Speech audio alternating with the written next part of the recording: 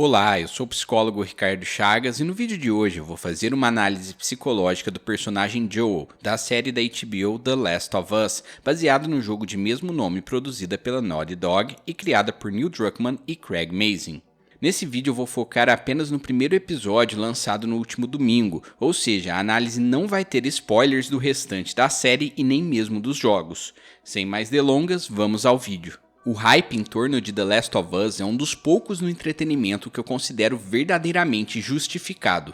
Como fã dos jogos, essa é uma das adaptações que eu torcia para cair nas mãos certas. Sempre foi meu desejo que pessoas não gamers também pudessem apreciar essa, que na minha opinião é uma das experiências mais imersivas e intensas já criadas para um videogame.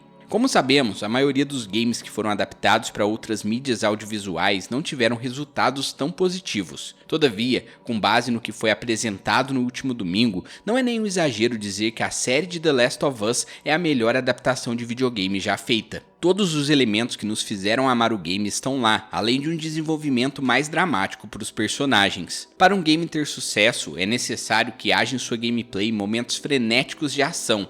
E por mais que The Last of Us o jogo tenha muitas cutscenes, a experiência da série consegue aprofundar mais seus personagens simplesmente por não precisar preencher tantas lacunas focadas em ação. Por isso, a primeira impressão que eu tive é que a série pretende desenvolver ainda mais os personagens através de diálogos e interações menos energéticas. Joel Miller, interpretado por Pedro Pascal, e Ellie Williams, interpretado por Bella Ramsey, são protagonistas que desde o primeiro momento que se encontram esbanjam carisma e sinergia. Em futuros vídeos eu pretendo analisar a Ellie e outros aspectos psicológicos do Joel conforme a história vai se desenvolvendo. Mas no vídeo de hoje eu quero explorar um elemento na psique de Joel que fica evidente desde o primeiro momento em que ele e Ellie se encontram, a negação do arquétipo da paternidade. No episódio piloto, assistimos ao prólogo da jornada do protagonista, anterior ao apocalipse, quando ele era pai solteiro de uma adolescente chamada Sarah.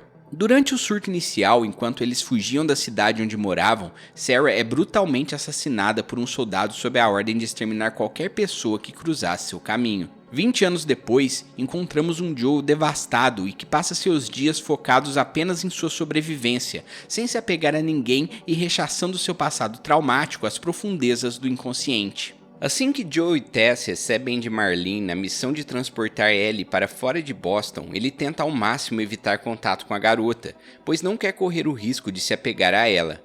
Tess deixa os dois sozinhos por algumas horas e Joel deliberadamente decide dormir em vez de interagir com ela. Por associar Ellie a Sarah, as duas possuem a mesma idade, é como se parte de suas memórias traumáticas emergissem à superfície consciente.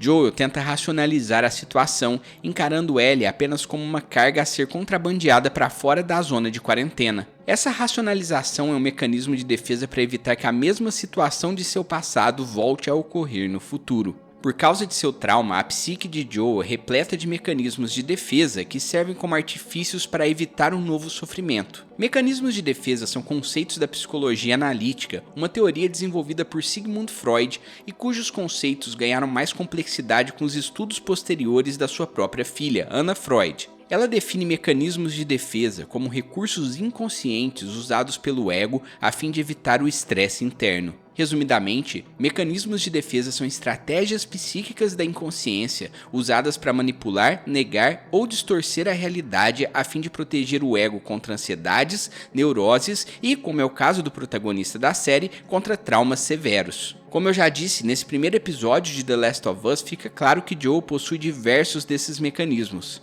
O primeiro deles é a repressão, um mecanismo de defesa que consiste em rechaçar desejos ou memórias traumáticas para as profundezas do inconsciente. Funciona mais ou menos assim. Os pensamentos sobre o conteúdo rechaçado são levados à inconsciência, mas a emoção causada por ele continua ativa e consciente. Isso explica porque, apesar de Joel não pensar em Sarah, ele ainda sente a dor de sua perda. Esse mecanismo é simbolicamente representado pelo relógio que a garota deu ao pai e que ele continua usando depois de 20 anos, embora ele não funcione mais. Outro mecanismo de defesa que podemos observar em Joel é a evitação experiencial, que consiste em evitar situações parecidas ou que ativem gatilhos sobre situações que geraram trauma ou estresse no passado. Um exemplo prático do dia a dia é evitar usar uma substância que tenha ativado uma resposta indesejada no organismo, como a cannabis de um ataque de pânico. O protagonista de The Last of Us não quer se colocar novamente em um papel paterno a fim de evitar a repetição de sua ferida do passado. Mas Joel não utiliza apenas esses dois mecanismos de defesa. Seu funcionamento psíquico inconsciente também sugere que ele se utiliza do mecanismo do deslocamento,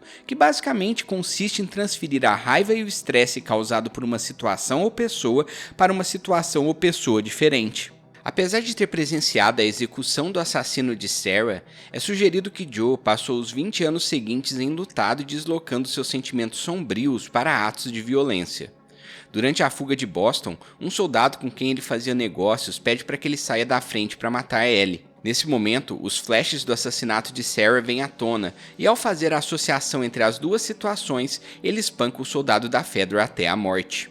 Por mais que o contexto justifique que ele lute pela sua sobrevivência, sua expressão corporal sugere uma brutalidade excessiva, como se cada pancada que ele desse fosse um ato de liberar todo o seu trauma interno. É incrível como todos os personagens de The Last of Us são realisticamente construídos em torno dos seus traumas. Tanto Joel quanto Ellie são personagens que guardam passados não muito felizes, e ambos lidam com isso de maneira distinta. É notável que não são mecanismos saudáveis, mas de ordem patológica e neurótica. Ao longo de sua jornada, convivendo com Ellie, Joel modifica a maneira com que lida com o trauma passado, e eu quero voltar a falar sobre isso quando a série acabar e eu puder dar spoilers, mas para isso eu preciso que esse vídeo tenha um bom desempenho. Então eu vou pedir para que você deixe o like, compartilhe o vídeo e comente "eu quero uma parte 2 desse vídeo". Ainda quero trazer outras análises com focos diversos sobre The Last of Us aqui no canal, mas preciso da ajuda de vocês. Eu espero que você tenha gostado do vídeo, cuide bem da sua saúde mental e até a próxima.